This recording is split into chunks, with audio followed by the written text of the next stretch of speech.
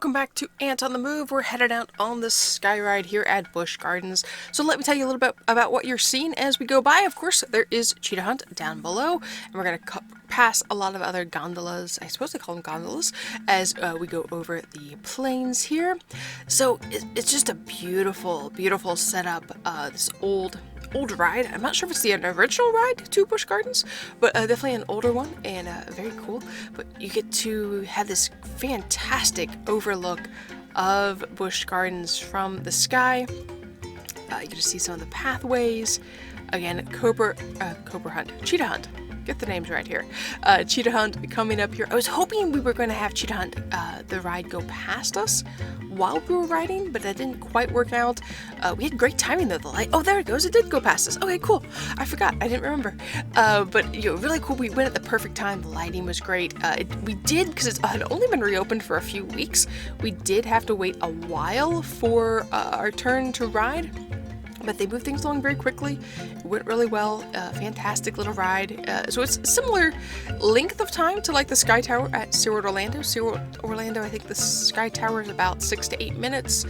This is about a 6-minute long ride with great views of the coasters and the animals. I forgot how long Cheetah Hunt is. Wow.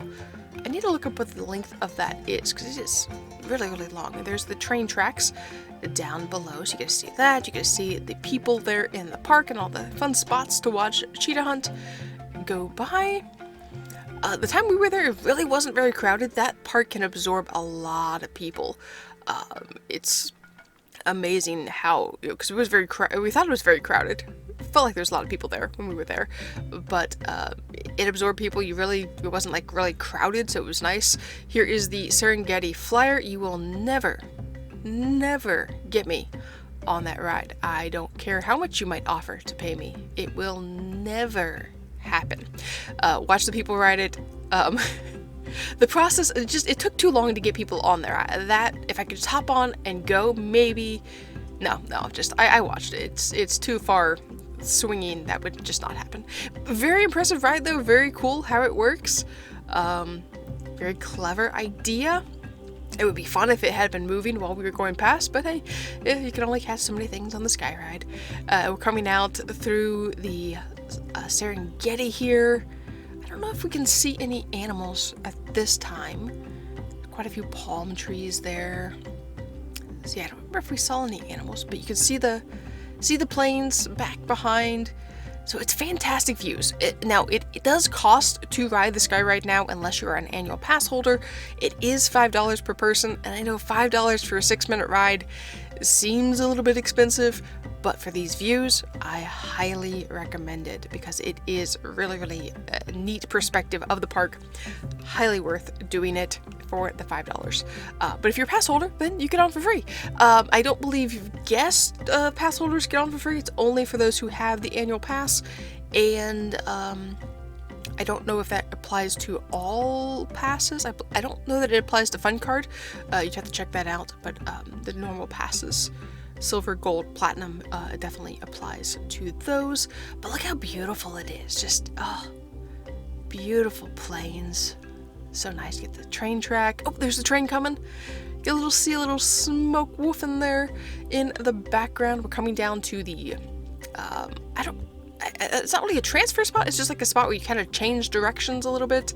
So you come in, it slows down. They have to, because you kind of pop off of the system, and then you get popped back onto the wheel. Really interesting mechanisms. Would have liked to have watched that some more, but a very interesting way that's set up. Alright, so we're back, getting going here. There we go, moving off again. And so the ride takes you from the edge of Africa part of the park and brings you around, and you end up in Jungala, is I believe the part of the park you're at. So this is Kumba back here, and I forget what is the fun details about Kumba, but it's a really cool looking coaster.